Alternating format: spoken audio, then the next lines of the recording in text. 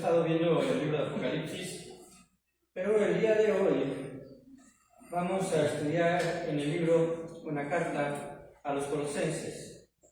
Así que si pueden ir ustedes ahí. Y hermanos, esto que a veces, ¿verdad?, los predicadores hacemos, de detenernos y dar un espacio, ¿verdad?, no tiene que ver en realidad, ¿verdad? Yo espero que no tenga que ver en realidad para algunos por falta de preparación, sino que Dios, ¿verdad?, durante la semana nos ha hablado. Y este pasaje en particular, hermanos, yo lo he estado estudiando por 3 semanas, lo he estado leyendo, y para poder precisamente darle forma a una predicación. Y me pareció importante, ¿verdad?, el poder transmitírsela primeramente a ustedes. En el libro en la carta, mejor dicho, de Pablo a los Colosenses, en el capítulo número 3, hay 4 versículos, del 1 al 4. Y después, del versículo 5 en adelante, si ustedes tienen una Reina Valera, aparece la vida antigua y la vida nueva, que es la parte esencial, o vamos a decirlo así, la respuesta del carácter del cristiano en relación a lo que se dice en el versículo 1 hasta el versículo número 4, porque si partiesen esos versículos, no podríamos entonces encontrar la justificación para que el demás suceda, en el sentido de que el hombre, ¿verdad?, el hombre creyente, el hombre que ha sido acepto por la sangre de nuestro Señor Jesucristo, tenga una transformación como la que se explica del versículo 5 en adelante. Entonces, es algo de lo que vamos a aprender el día de hoy. Les voy a pedir que me acompañen en oración y vamos a ponerlo precisamente esta enseñanza en las manos de Dios para que Dios nos hable. Padre bendito, te damos muchas gracias porque tú, mi Dios, nos permites el poder comunicar tu palabra, porque tú, Padre Santo, cuidas de nosotros, y sé, mi Dios, de que Señor, pues tú ocupas a hombres falibles, ocupas, Padre Santo, a seres humanos de los cuales en tu gracia has transformado, y que tú, Padre Santo, primeramente quieres la edificación de aquellos, Señor, que se le ponen al frente para poder también transmitir tu palabra, porque en realidad, Señor, lo que nosotros los padres hacemos solamente es ponernos en tus manos para servirte, Señor, de esta forma, sabiendo que no somos merecedores, pero Padre Santo, dice tu misma palabra que tú has dado dones y de los cuales, Padre Santo, somos administradores. Y, Señor, queremos ser fieles ante ese llamado. Y en el nombre de Cristo Jesús, bendiciones en esta tarde. Amén. Amén. Amén. Bien. Colosenses 3, el versículo 1 al versículo número 4 dice así: Si pues habéis resucitado con Cristo, buscad las cosas de arriba, donde está Cristo sentado a la diestra de Dios. Poner la mira en las cosas de arriba, no en las de la tierra, porque habéis muerto y vuestra vida está escondida en Cristo, con Cristo en Dios. Cuando Cristo, vuestra vida, se manifieste, entonces vosotros también seréis manifestados con Él en gloria. En realidad, hermanos, a veces a mí se me hace sorprendente cómo a través de la creación de Dios podemos encontrar explicaciones sencillas que también podemos ilustrar, ¿verdad?, algunas verdades de la Biblia. Pero la misma naturaleza, la misma creación de Dios nos habla de su grandeza, de la forma en la que Él sostiene, preserva, ¿verdad? Y además, a pesar de que la tierra cayó bajo maldición después de que Adán pecó y Eva, pues la misma naturaleza nos expresa la magnificencia de Dios. Nos expresa, ¿verdad?, cómo Dios se mueve a través de eso. Cuando estaba estudiando con respecto a esto, en el versículo número 3, que vuestra vida está escondida con Cristo en Dios, pues por lo menos me llegaron a la mente 3 seres vivos, 3 pequeños animales, ¿verdad?, que me pueden ilustrar algunas verdades con respecto a esto. El primero de ellos, ¿verdad?, estaba pensando en el hipocampo, espero lo publique, el caballito de mar, ¿verdad?, el caballito de mar. Y el caballito de mar tiene una peculiaridad. Aunque la hembra es la que pone los huevos, quien se encarga de cuidarlos es el macho. Una vez que pone su hueva, ¿verdad?, él absorbe estos huevos, los tiene dentro de su estómago. E incluso cuando ya ellos han salido, ¿verdad?, de esos pequeños huevos, que son realmente muy pequeños, casi microscópicos, cuando hay un peligro, todos los hipocampos pequeñitos bebés nadan alrededor, ¿verdad?, del macho, y cuando hay un peligro el macho absorbe nuevamente el agua y absorbe a los pequeños, ¿verdad? Están tan pequeños que prácticamente caben todos. Alguno que no se acerque y despistado, bueno, va a tener que morir a manos de algún otro pez. Pero ahí los guarda. Ahí los guarda. En cierta forma, la vida de estos pequeños está guardada y escondida en su padre, en el hipocampo, ¿verdad? En el hipocampo mayor. Pero esto también, hermanos, es interesante. ¿Por qué? Porque va a llegar el momento en que esos pequeños hipocampos ya no van a poder ser absorbidos, van a crecer y tienen que crecer, ¿verdad? Y no estoy tratando de manejar la escritura, ¿verdad?, la explicación de la escritura desde un nivel solamente metafórico. Pero es interesante, hermanos, que en la vida del creyente nosotros también estamos escondidos en Cristo Jesús para crecer y llegar a la estatura del varón perfecto. Otro de los pequeños animales, ¿verdad?, que también me causa bastante impresión, son los armadillos. Los armadillos, ¿verdad?, cuando gestan en su vientre, tienen una peculiaridad. Pueden hacer 4, 5 o 6 más pequeños armadillos, pero todos son idénticos, todos son del mismo sexo. ¿Por qué dices todos son gemelos? Porque todos están no solamente unidos en una sola planta de placenta, sino se gestaron precisamente en esa sola peculiaridad. Pero también tiene una situación bastante increíble en la naturaleza, y es que la madre en tiempos de escasez puede detener la gestación de sus pequeños fetos. Es decir, se detiene hasta que haya mejores tiempos donde se pueda alimentar. También es obvio que no lo puede hacer por un tiempo indefinido, porque al final el campo de esos pequeños también van a estar nutriéndose, aunque se mantienen en cierta forma estáticos en su crecimiento, pero la mamá tiene que buscar alimentarse, de otra forma mueren dentro de ella, ¿verdad? Y lo va a tener que desechar la mamá. Pero también en cierta forma la vida de estos pequeños está escondida en su madre, ¿verdad? Y lo vital ahí, precisamente, es que su madre lo siga retroalimentando, ¿verdad?, a través de lo que pueda comer. Y el último, que también se me hace muy hermoso, ¿verdad?, y que en realidad lo he utilizado como una metáfora para otro estudio, son la metamorfosis que sufre la mariposa, ¿verdad? Desde el momento en que es un gusano, es una oruga, que para nuestra mente a veces, ¿verdad?, muy común y que en realidad no tiene nada de malo. A todo lo que se arrastra y está al árbol le decimos gusano, no todos son gusanos. Algunas son orugas. Y las pequeñas orugas tienen algunas características porque precisamente van a llegar al momento de la metamorfosis, pero antes de que se conviertan en mariposa, ¿qué es lo que sucede? Tienen que estar en su capullo. No puede surgir una mariposa de un gusano inmediatamente, tiene que haber un tiempo en el cual precisamente tiene que estar allí en ese capullo, en esa ninfa. ¿Y qué es lo que sucede? Bueno, a cierto tiempo la mariposa va a tener que romper el capullo y va a tener que salir. Y esto en la metamorfosis del cristiano, que recuerdo que una vez prediqué acerca de esto, es importante y me gustó mucho la metáfora. ¿Por qué? Porque la mariposa no solamente cambia de forma, sino cambia su naturaleza. Su alimento cambia radicalmente. Deja de tener sus mandíbulas, como la tiene la oruga, para comer la hierba, para comer pasto, para comer las hojas. Y ya una mariposa ya no tiene ese tipo de mandíbulas, ahora tiene simplemente, ¿verdad?, una pequeña saliente, ¿verdad?, como si fuera un pequeño pote para absorber el néctar de la naturaleza. Cambia completamente su alimentación, cambia completamente su imagen, ¿verdad?, y cambia también completamente en el aspecto de su naturaleza en el ambiente en que vive, porque después de arrastrarse, ahora vuela. Y esto en aquella predicación me acordé con respecto a esto, pero ahora estamos hablando acerca, ¿verdad?, de lo que es nuestra vida escondida con Cristo. Y el título de esta enseñanza se llama Nuestro comportamiento se basa en lo que creemos. Tuve una pequeña, ¿verdad?, tuve que hacer cambio porque primeramente había puesto nuestro comportamiento se basa en lo que somos, y en realidad, si somos hijos de Dios, deberíamos de comportarnos como hijos de Dios.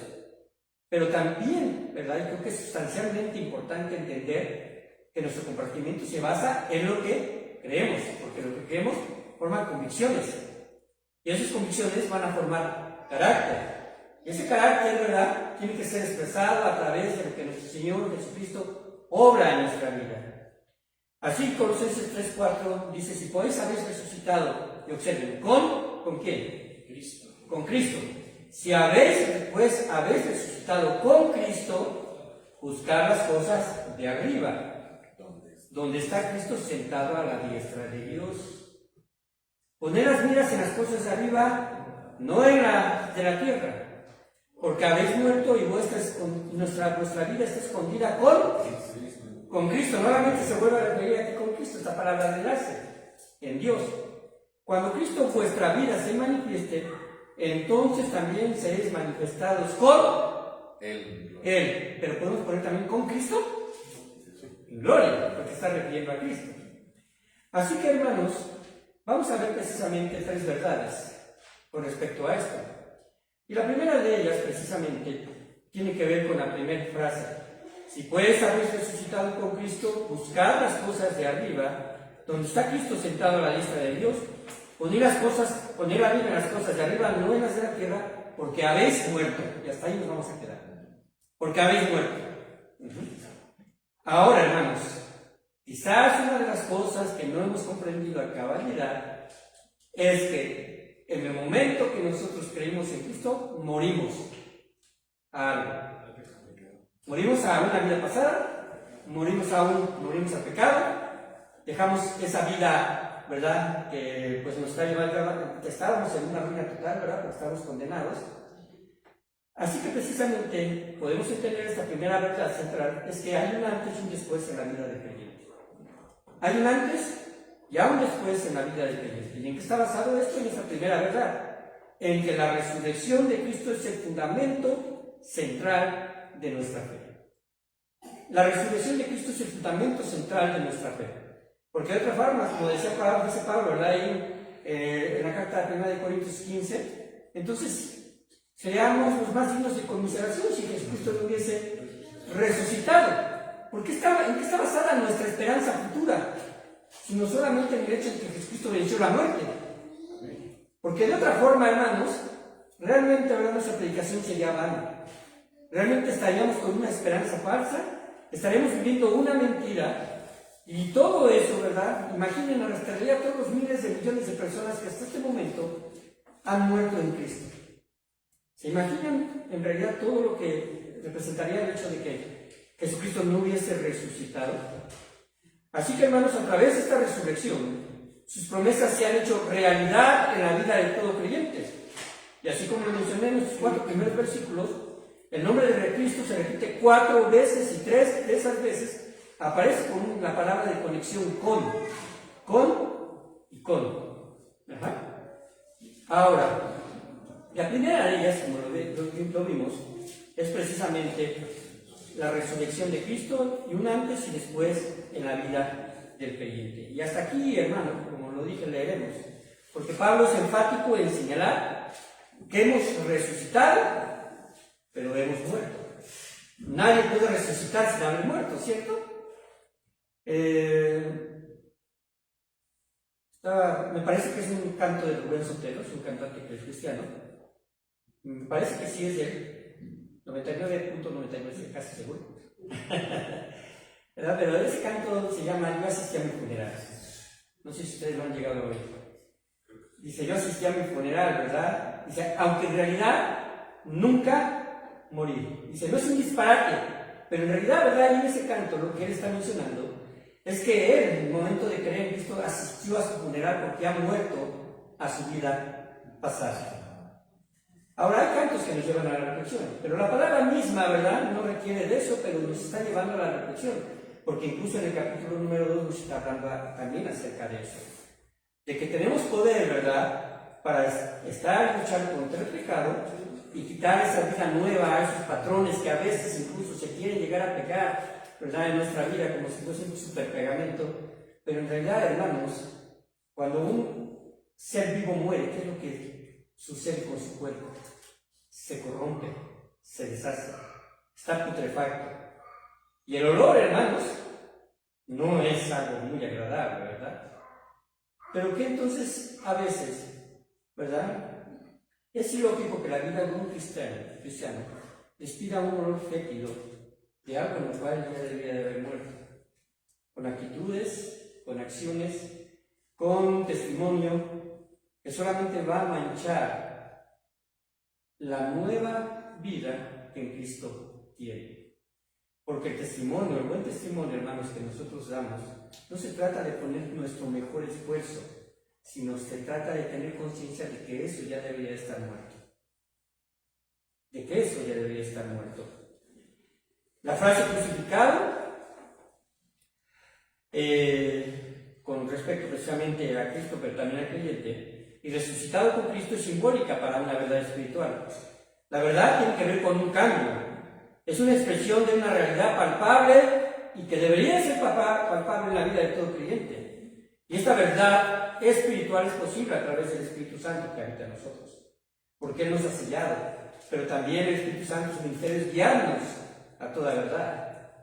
Y hermanos, cualquier actitud que nosotros hagamos, aunque a veces no lo decimos, ¿verdad? Es un acto, cualquier actitud que nosotros hagamos en contra de Cristo, aunque no lo decimos, es rebeldía. Y por ser rebeldía es pecado. A veces decimos, bueno, es que no estamos en contra de Cristo, nuestro Señor. Pero ¿qué tal cuando hacemos alguna cosa equivocada y entonces prácticamente con nuestros hechos estamos diciendo, bueno, estoy desobedeciendo a Dios? Y si nos destinamos a seguir precisamente en ese tipo de actitudes, pues la desobediencia, ¿verdad? Al final y al cabo va a ser salir a la luz. Y Dios, ¿verdad? Si usted es un creyente en Cristo de verdad, ¿verdad? Y hemos considerado, y sabemos que no perdemos la salvación, estamos conscientes de que Dios puede disciplinarnos. Y esa disciplina muchas veces no nos va a gustar. Y tenemos que reaccionar de forma positiva, porque lo que hace Dios es precisamente ajustar la disciplina a que nuestra vida se armonice y se asemeje a su santidad, a lo que Él quiere de nosotros. Pablo menciona en varias ocasiones que también fuimos crucificados con Cristo. ¿Qué significa esto? Significa que somos nuevas criaturas. Segunda de Corintios 5:17 es un pasaje que sabemos, ¿verdad? De modo que si alguno está en Cristo, nueva criatura es, las cosas viejas pasaron, ya que todas son hechas nuevas. Alguien que vive en una crisis y que vive atormentado por su pasado, constantemente, a lo mejor en su pensamiento no tiene estas palabras exactas como lo dice la palabra de Dios, pero dice, ya quiero olvidarme de mi pasado. Ya quiero que esto se quede atrás. Porque obviamente le afectó y le hirió.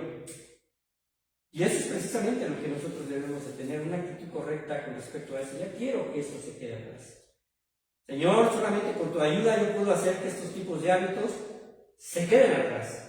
Que este tipo de creencias queden atrás.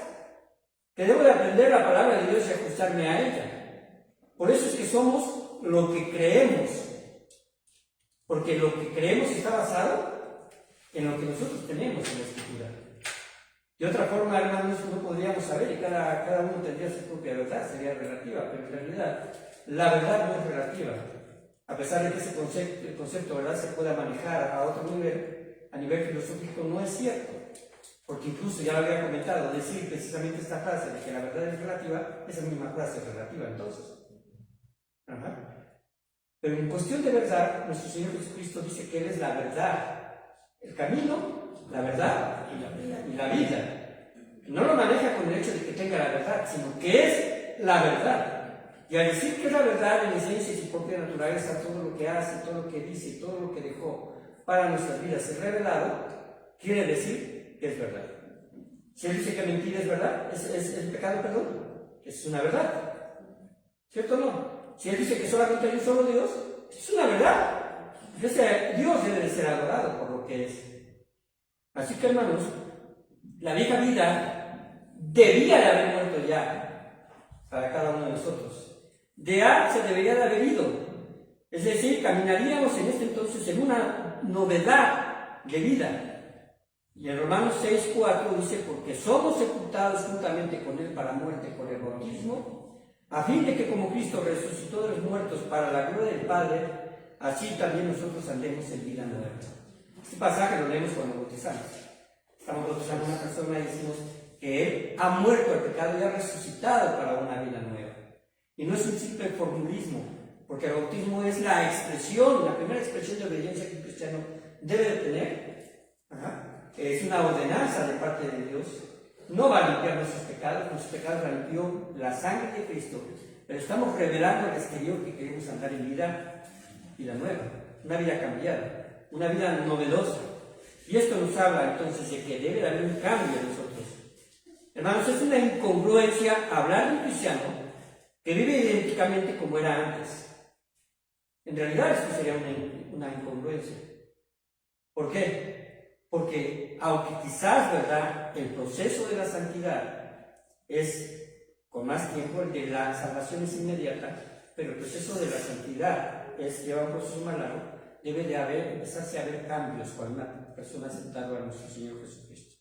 En actitud, en forma de hablar, en situaciones de adicciones, en cuestiones de tratar a otros, en la búsqueda, ¿verdad?, de pedir perdón si se ha ofendido, en cuestiones que son, vamos a decirlo así, externas, pero que es la obra del Espíritu Santo actuando en la vida del creyente. Eso es dejarse de gobernar por el Espíritu Santo, eso es vivir bajo el gobierno del Espíritu Santo. Entendemos que la palabra de Dios tiene relevancia para este cambio, porque la misma palabra de Dios enseña que es útil para enseñar, para corregir, para redarguir y para instruir. Y esto, hermanos, ¿con qué fin? A fin de que el hombre de Dios madure, el hombre de Dios sea perfecto, enteramente preparado para toda buena obra. Cuando nosotros precisamente estamos pensando en esto, de que ya lo de atrás quedó, de que nuestras ambiciones y nuestras, vamos a decirlo así, planes, ¿verdad?, que tener cierta seguridad, porque se tiene un seguro, se tiene un trabajo, eso debe de quedar atrás. En realidad la Biblia no enseña, ¿verdad?, que el cristiano tenga una vida desinteresada, porque al final y al cabo vivimos aquí, pero el interés debe estar enfocado en que debemos hacer, ¿verdad?, tesoros en los cielos, buscar primeramente el reino de Dios y su justicia, y todo lo demás pues será añadido. Estar crucificado con Cristo también significa que tenemos un nuevo estilo de vida. Y si la resurrección de Cristo no fuera una realidad, como lo dije, seríamos los más dignos de conmiseración y viviríamos una mentira con terribles resultados.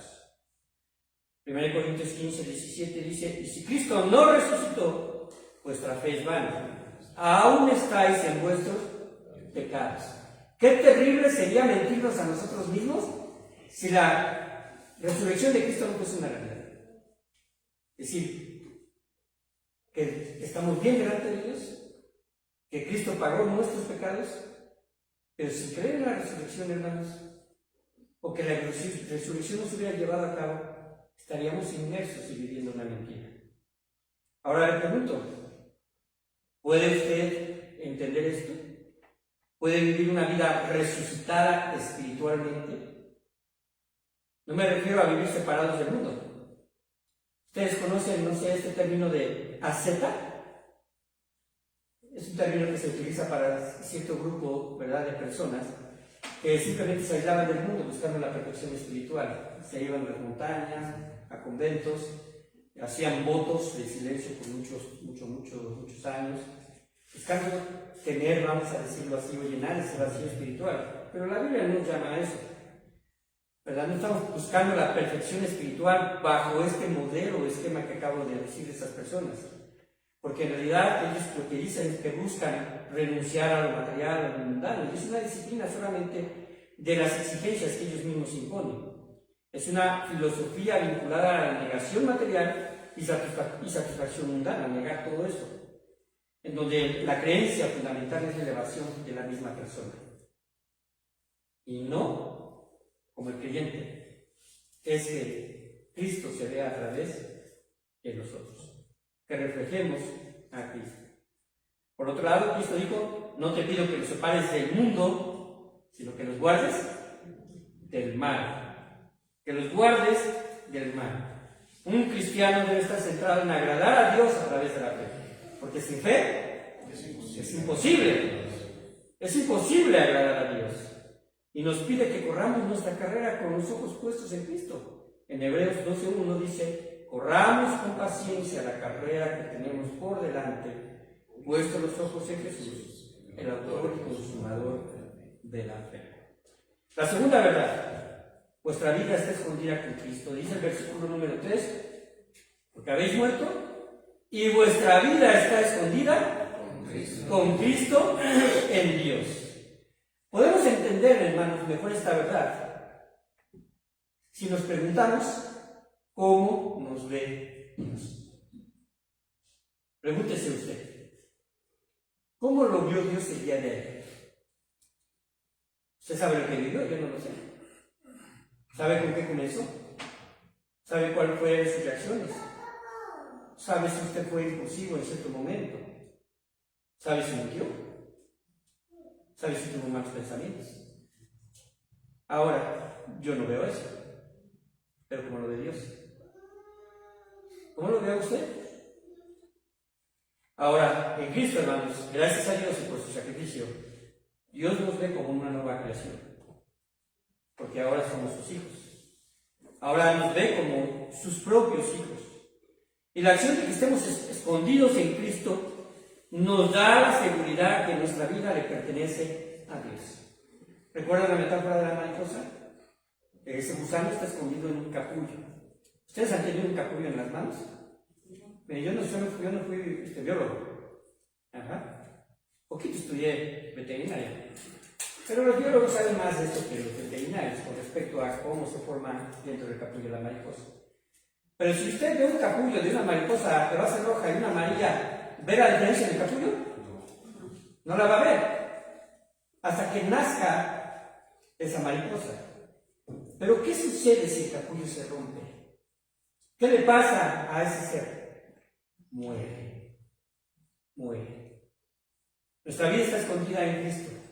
A diferencia del capullo, ¿verdad? Nadie puede precisamente separarnos de Cristo, del amor de Dios, de lo que Él quiere hacer en nuestras vidas, de lo que Él está haciendo ese proceso en la cual, ¿verdad?, estando escondidos, Dios quiere formarnos y quiere llevarnos a asemejarnos cada vez más a Él.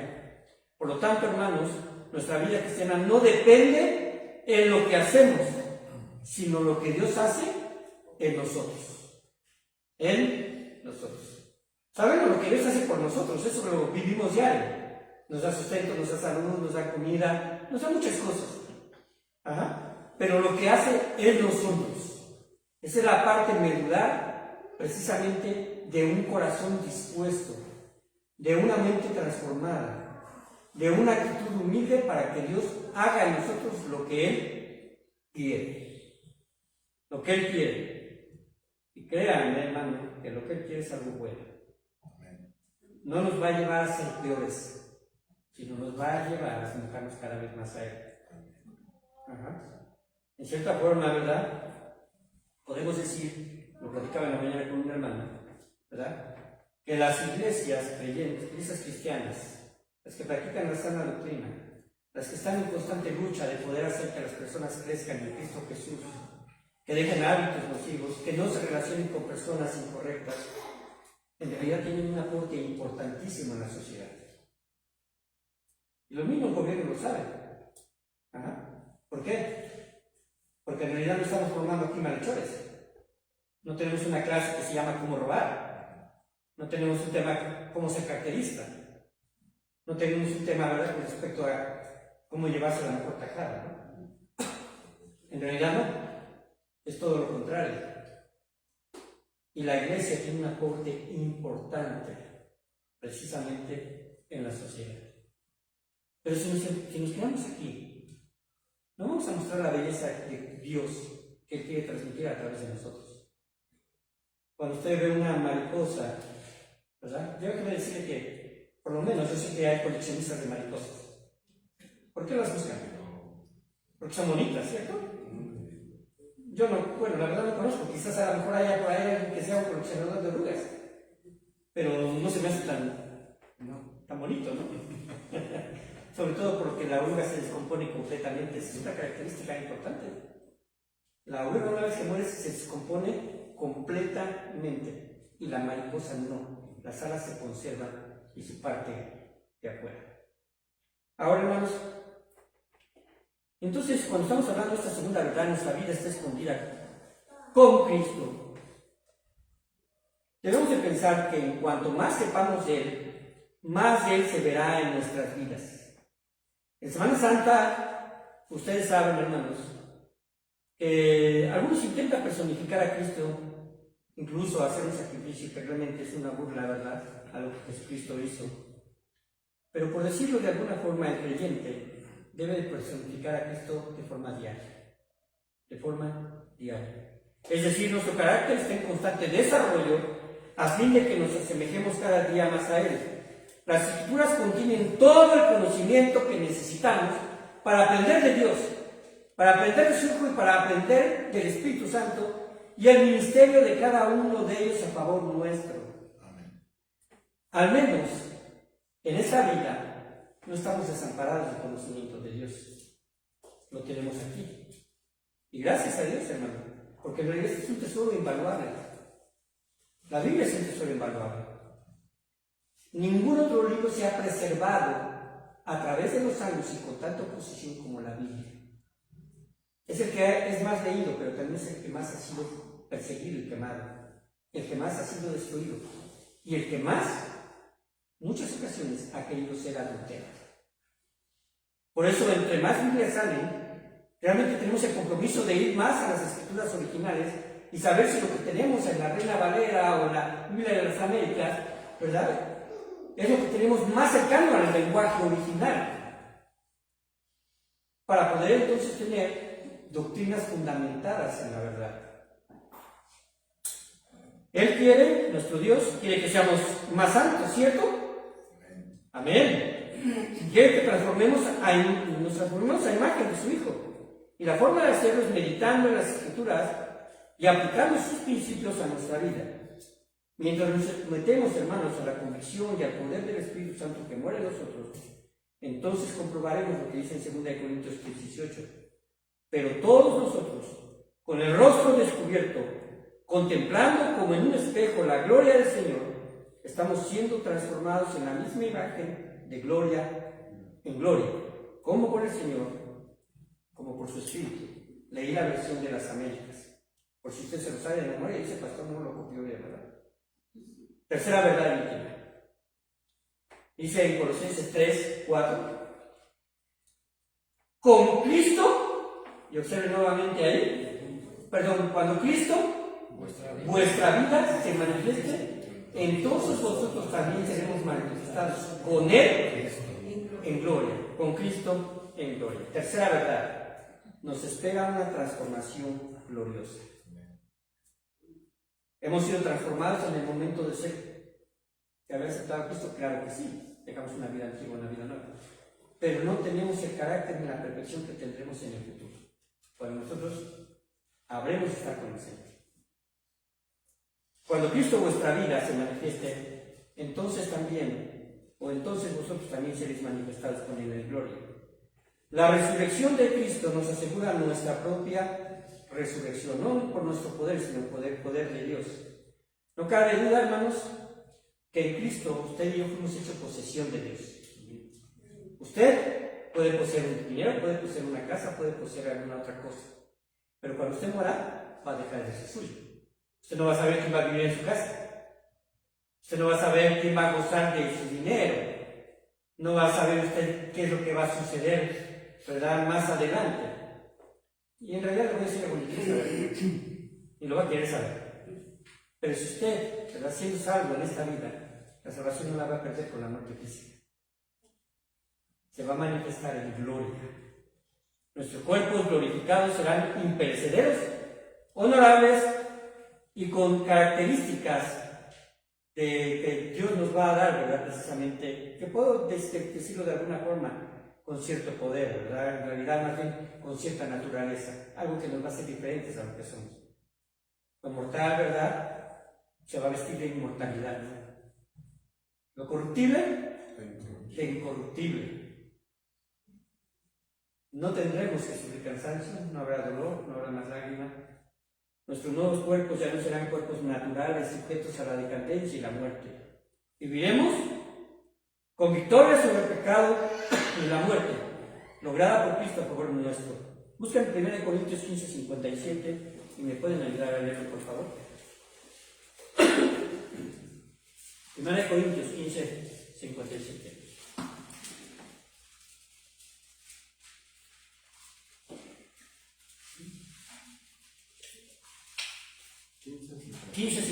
Adelante, hermanos. Mas gracias sean dadas a Dios, que nos da la victoria por medio de nuestro Señor Jesucristo. Gracias sean dadas a Dios, que nos da la victoria por medio de nuestro Señor Jesucristo.